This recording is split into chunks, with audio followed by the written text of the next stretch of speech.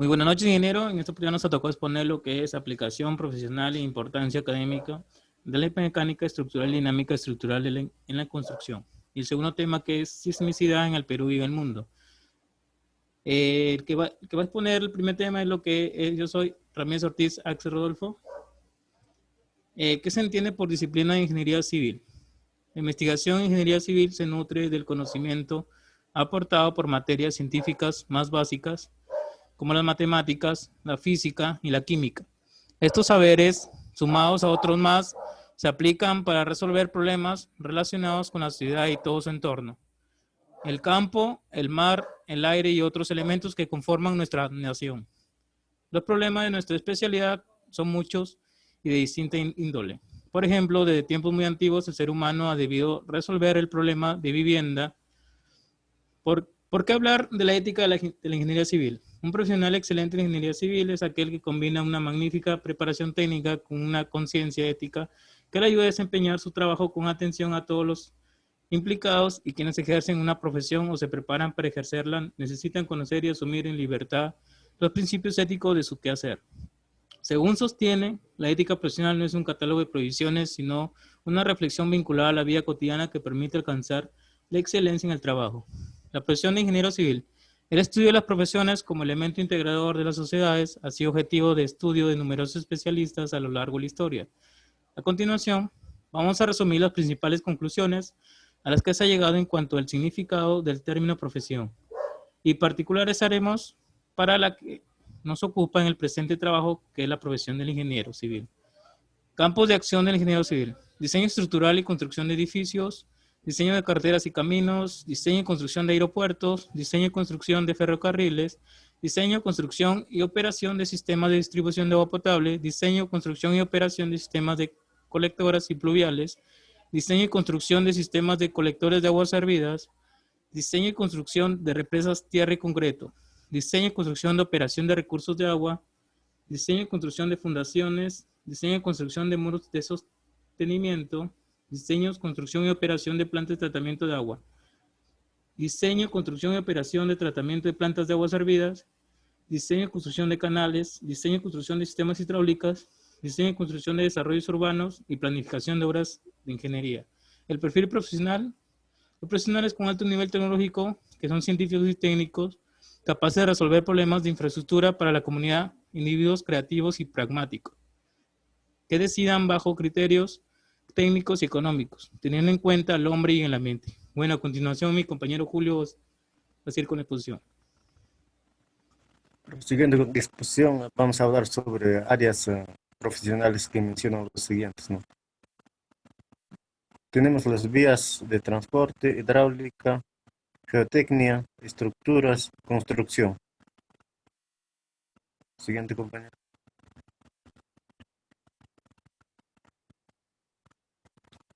Una de las áreas es ingeniería estructural de sismo resistente.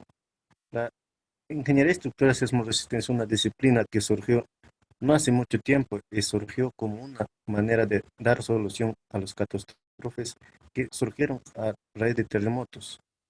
Para esto se propuso restablecer una fuerza estática horizontal para representar el efecto sísmico, cuyo valor se estima como el 10% del peso de la estructura. Con esto se busca representar la manera en la que interactúa una construcción con un sismo y los efectos inerciales producidos por una vibración sísmica sobre la construcción.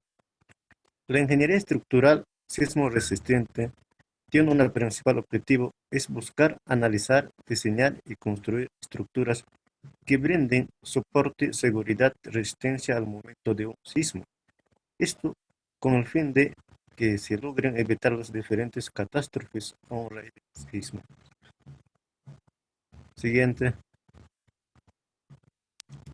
¿Qué se Bien, entiende? bien, ¿qué se entiende por estructura? Puede definirse en general una estructura como un conjunto de elementos resistentes capaz de mantener sus formas y cualidades a lo largo del tiempo bajo la acción de las cargas y agentes exteriores a que ha de estar sometido. La estructura soporta las cargas exteriores, acciones y reacciones, las cuales reparte su efecto en los diferentes elementos estructurales que resultan sometidos a diferentes esfuerzos, los cuales inducen a un estado tensional que es absorbido por el material que la constituye.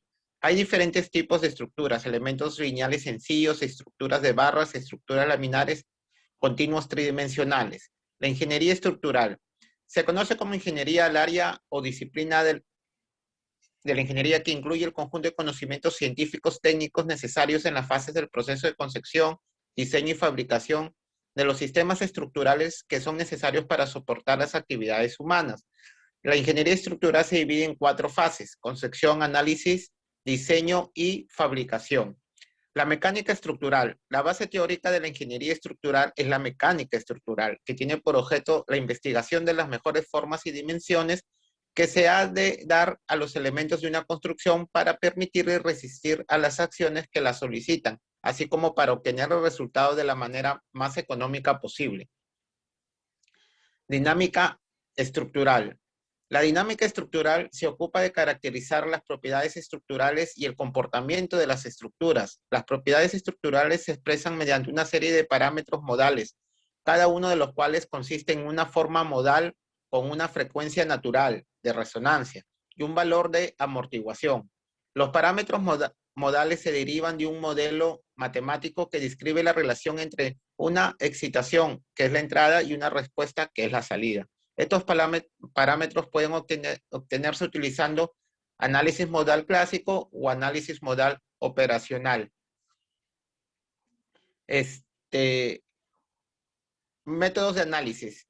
Hay unos métodos de análisis principales que son los vibradores lineales de un grado de libertad, vibradores elásticos de varios grados de libertad y el análisis dinámico por integración directa. Gracias. Bien, prosiguiendo con la exposición, ahora tenemos inmensidad en el Perú, en el mundo. Como sabemos, Perú se encuentra en el cinturón de fuego y es uno de los países con mayor regularidad de sismos debido a, como ya lo dije, se encuentra en el cinturón de fuego, que esta es una parte de la Tierra con más energía acumulada. En sí libera teniendo un 85% de la manta de la Tierra. En la actividad sísmica que hay en el Océano Pacífico es debido a los diversos procesos de movimiento de placas con velocidad de 8 centímetros por año. En la parte de América del Sur tenemos las placas de Nazca que se introducen con el continente y Sudamérica, que esto causa que Perú sea una zona sísmica. En la imagen podemos ver los perfiles de sismicidad en el Perú, tanto en la región norte, centro y la región sur. En la norma peruana de 030 de diseño sismo resistente tenemos 8 capítulos, la cual tenemos las disposiciones generales, peligros sísmicos, categoría sísmica estructural, irregularidad de las edificaciones, análisis estructural, requisitos de rigidez, residencia y ductibilidad, elementos no estructurales, apéndices y equipos, cimentaciones, evaluaciones, reparaciones y reforzamiento de estructuras. Bien, en el capítulo 1 nos dice que esta norma solicita a las zonas sísmicas con mínimas configuraciones de rigidez y resistencia, en lo que debe tener una edificación. Un claro ejemplo es una estructura que no son edificios, reservorios ni puentes, con un suelo o una zona Z. Con respecto al capítulo 2, que se requiere la mínima edificación según la importancia de la obra y de la mano de práctica en interacciones. El objetivo de la ingeniería sismo resistente para edificaciones es llegar a cumplir con los requisitos que deben ser iniciados para un diseño sismo resistente de una edificación, que se relaciona con algunos escenarios de peligro en algún sismo en alguna parte del Perú. Para ello están resumidas en algunas adaptaciones de la iniciativa del Comité Visión 2000 del COAC. Siguiente, compañero. Bien, en la siguiente imagen tenemos el nivel de desempeño y la importancia de las edificaciones, que, que según la propuesta de la CAOC, reconoce tres clases de edificaciones en donde están según su importancia. Las seguridades críticas, las esenciales y las edificaciones comunes. Como podemos ver aquí en este cuadro, nos compara aquí el complemento operativo, resguardo de vida y cerca al colapso, en donde también nos reparte el sismo frecuente, sismo ocasionado, sismo raro y sismo muy raro, en donde los tenemos, estamos identificando con diferentes colores, ¿no?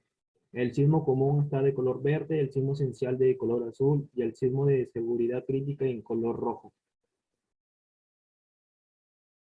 Siguiente, compañero. En el capítulo 2 nos habla sobre el peligro sísmico, que esto mayormente se da en obras civiles dadas por la naturaleza, que se expresa en términos probabilísticos empleados por parámetros representativos en movimiento. Eh, para las edificaciones más casuales, se debe considerar un tiempo de vida útil del edificio que es más o menos un aproximado de 50 años y que solo se debe aceptar por único el 10% de probabilidad de existencia, donde tiene un periodo más o menos de 75 años, según la norma E030, divide el territorio peruano en 4 zonas sísmicas, las cuales de las zonas se les asigna el factor Z, que se lee como una de aceleración máxima de un suelo rígido, de un suelo tipo S1, en donde se tiene el 19% de probabilidad en donde se pueda superar los 50 años de vida útil de un edificio.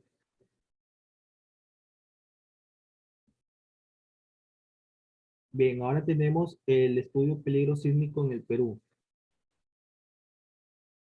En la siguiente figura nos muestra los peligros con la distribución de aceleraciones esperadas en rocas y suelos rígidos para 50 años, teniendo en cuenta el 10% de probabilidad de existencia en que se desarrolló en los últimos años por importantes instituciones como el IGP, la UNI, el CISMIT y la PUC, en donde en la década del 60 se reconocía la menor sismicidad en la selva, en donde se le atribuye la mayor sismicidad es al departamento de Arequipa. En el capítulo 3 nos está hablando de categoría sísmica, estructural y regularidad en las edificaciones. Para establecer las categorías de las edificaciones, la S030 considera varios aspectos como aspectos importantes de un edificio para tanto el manejo de emergencia, la cantidad de personas que albergan y la importancia que es que nos ayuda en la ciudad. Por ejemplo, los hospitales, estaciones de bomberos, centros comunes o edificios que sirvan como refugio. La norma técnica establece la categoría como edificaciones esenciales, teniendo en consideración los aeropuertos, sistemas de transporte masivo, como importancia de vida útil de la persona y de la ciudad. Como podemos aquí mostrar en la imagen, tenemos aquí el E-Salud de Lima, que es un edificio esencial. Tenemos acá un colegio y un aeropuerto, que también es un edificio esencial de clase A2. En las edificaciones de concreto, la presente norma considera también 4 tipos de sistemas estructurales de concreto armado. El sistema de pórticos, el muros estructurales, el sistema dual, el sistema de muros de ductibilidad limitada, los cuales los 3 primeros se consideran de acuerdo al porcentaje de la fuerza de la base del edificio, que toman como pórticos y los muros estructurales. Si la forma fuera en que se toman las columnas es mayor o igual al 80% de la fuerza total, la estructura califica como un pórtico. Pero si la fuerza que se toma en muros es mayor o igual al 70% del cortante total, se toma como una calificación de un sistema de muros. Y por otro lado también tenemos que si la fuerza de las columnas con un valor entre el 30 y el 80% de su fuerza total, califica como un sistema dual.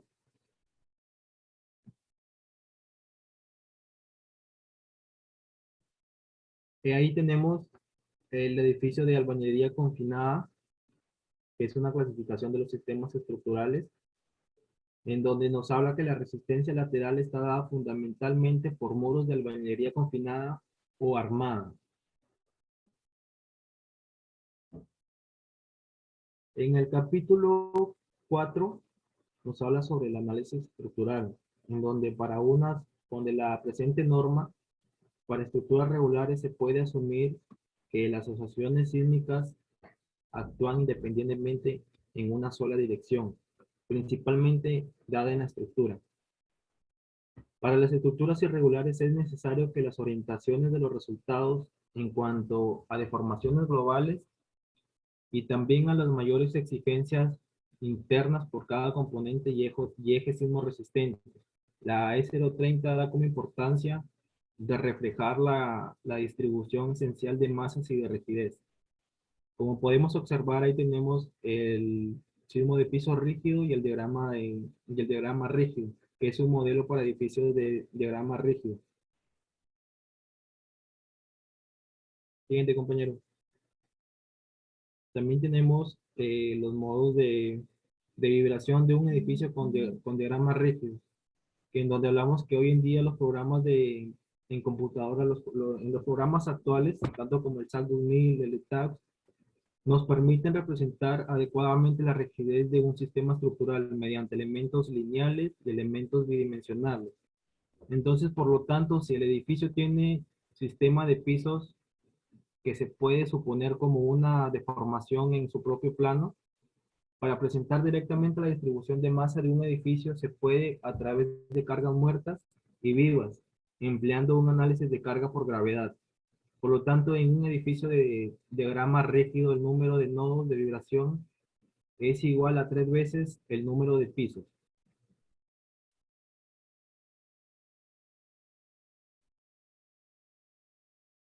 Siguiente, compañero.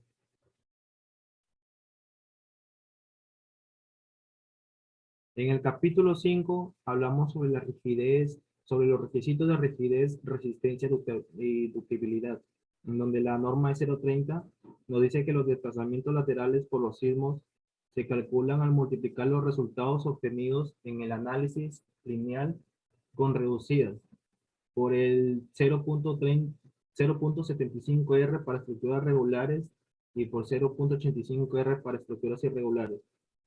Como tenemos aquí en la imagen, nos habla sobre el sismo reducido y análisis estático en la imagen del lado izquierdo, y en la imagen del lado derecho nos habla sobre los desplazamientos máximos esperados en un sismo.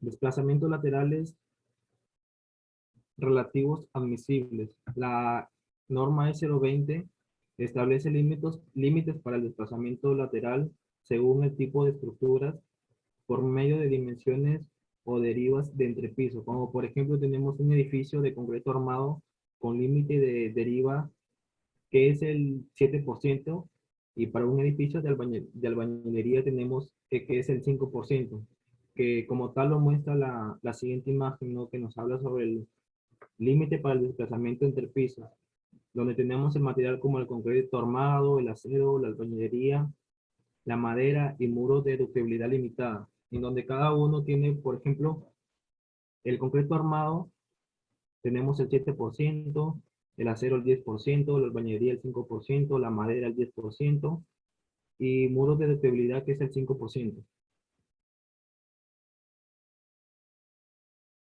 La separación entre pisos nos dice que la norma vigente establece los requisitos para la junta entre edificios y separación de un edificio límite de propiedad. Según esta norma, la junta de separación de 12 edificios, que es entre denominado S, con una altura sobre lo que debe ser como mínimo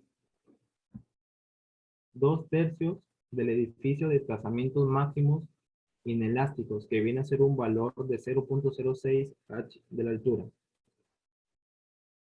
Para la separación límite de esta propiedad a una altura, la norma establece que la distancia mínima es igual al S entre 2 o a los 2/3 del desplazamiento inelástico del propio edificio.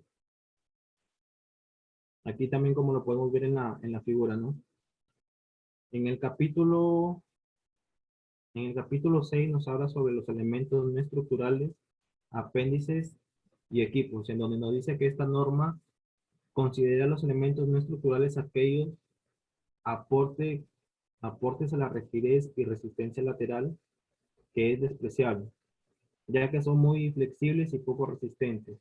Cabe recalcar que es necesario garantizar que los elementos no estructurales no se unen a un sistema estructural. Pueden soportar los desplazamientos laterales en una estructura durante el movimiento, sí, en donde sí ocurren fallas, pero no causan daños. La responsabilidad del profesional incluye en el diseño de elementos no estructurales para garantizar su adecuado comportamiento durante los sismos, en donde la norma establece que las fuerzas se deben diseñar de acuerdo a los elementos no estructurales y no será responsabilidad del especialista de garantizar un buen desempeño del equipo e instalaciones durante el sismo. Aquí, como podemos ver en la imagen, es la aceleración del piso y aceleración de elementos no estructurales, que en este caso sería un muro. En el capítulo 7 nos habla sobre cimentaciones, en donde la norma vigente nos establece que se hagan respecto a las condiciones de apoyo de estructuras en donde deben ser concordantes con el suelo de cimentación, como por ejemplo tenemos en el caso de un suelo rígido, que se pueden suponer un empotramiento a la base de columnas y luego para el diseño de cimentaciones. Se deben considerar las cargas axiales como los momentos flectores en la base de la columna. Para la verificación de las presiones en el suelo de cimentación, las solicitaciones sísmicas se obtienen con la norma donde pueden perjudicarse a un factor de 0.8. Aquí como podemos ver aquí en la siguiente imagen, ¿no? Nos hablan también sobre la capacidad aportante, en donde la capacidad aportante del suelo que debe de determinarse considerando los factores sísmicos y que exige el sitio en donde vamos a construir, donde pueden ocurrir licuaciones. Como por ejemplo tenemos un sismo o un derrumbe de una edificación, en donde los estudios técnicos dan como finalidad de cuantificar la porosidad y plantear soluciones. Así tal y como lo vemos en esta imagen de More de 13. En el capítulo 8, que nos habla sobre evaluación, reparación y reforzamiento de estructuras, en donde evaluación de estructuras después de un sismo nos dice que un edificio debe ser evaluado por un ingeniero civil o por un ingeniero de estructuras para determinar si está en buen estado o si es necesario reforzar o demoler. En lo que es reparación y reforzamiento, la norma I030 nos indica que debemos seguir un lineamiento del Reglamento Nacional de Edificaciones también, en donde que pueden emplear tantos criterios peruanos o criterios también de otras normas, como por ejemplo tenemos la de Chile, que también es un país sísmico, la de Japón, y o teniendo procedimientos con el fin de lograr para un comportamiento durante el sismo, teniendo un comportamiento adecuado y teniendo también un diseño sismo resistente establecida también por la misma norma. Como podemos ver aquí el daño de la deriva para edificios fortificados antiguos construidos sin diseño sismo resistente, donde tenemos el daño que es la deriva en porcentaje, el bajo que es el 2, el moderado que es el 3.2, el extensivo que es el 8 y el completo que es el 20. Siguiente, compañero.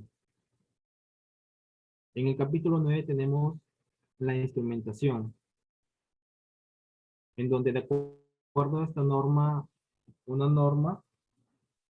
una estación acelerométrica es un espacio en donde contiene un sensor triaxial de aceleraciones y un sismo de registro y transmisión de datos, en donde la norma exige instalación de edificación de más de 10 metros cuadrados en el área construida. Para los requisitos para su ubicación, estos se deben ubicarse en lugares alejados a vibraciones producidas por motores, máquinas, gimnasios, etc. Y deben contar con iluminación, ventilación, energía y conectividad. En tanto, en el mantenimiento tenemos que el propietario del edificio es el responsable de garantizar la operatividad de la estación por 10 años bajo el control de la municipalidad y supervisión del Instituto Geofísico del Perú. Ahora sí le doy pase a mi amigo Clemente. Buenas noches. Realizamos una comparación de lo que es la norma 030 peruana y la norma chilena, la NCH 433. En la primera fila, podemos mencionar que la norma técnica peruana utiliza como parámetros sísmicos como es el factor de zona sísmica, que en el Perú son 4, el tipo de suelo, categoría de la edificación, factor de amplificación sísmica y el factor de reducción. Mientras que en la norma chilena utiliza parámetros sísmicos como es el factor de zona sísmica, tipo de suelo, categoría de la edificación, factor de amplificación sísmica y factor de reducción.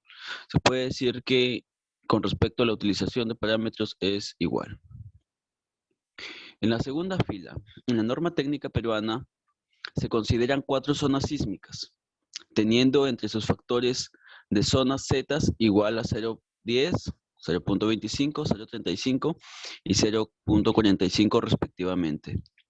Mientras que la norma chilena considera que en su territorio existen 3 zonas sísmicas, teniendo estas su valor de aceleración efectiva máxima de suelo iguales a 20 gramos y 30 gramos y 40 gramos respectivamente. En la norma técnica, en la norma peruana, de acuerdo a los tipos de suelo, considera 4 tipos y un tipo de suelo en condiciones excepcionales.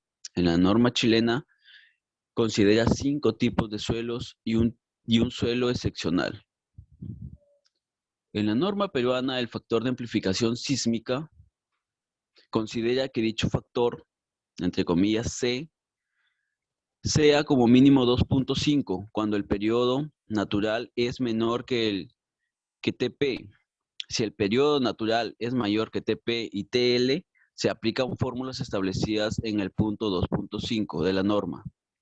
Mientras que en la norma chilena, el factor de amplificación sísmico se calcula mediante una fórmula que depende del periodo de vibración, del modo y de los parámetros relativos al tipo de suelo de fundación establecidos en la tabla 6.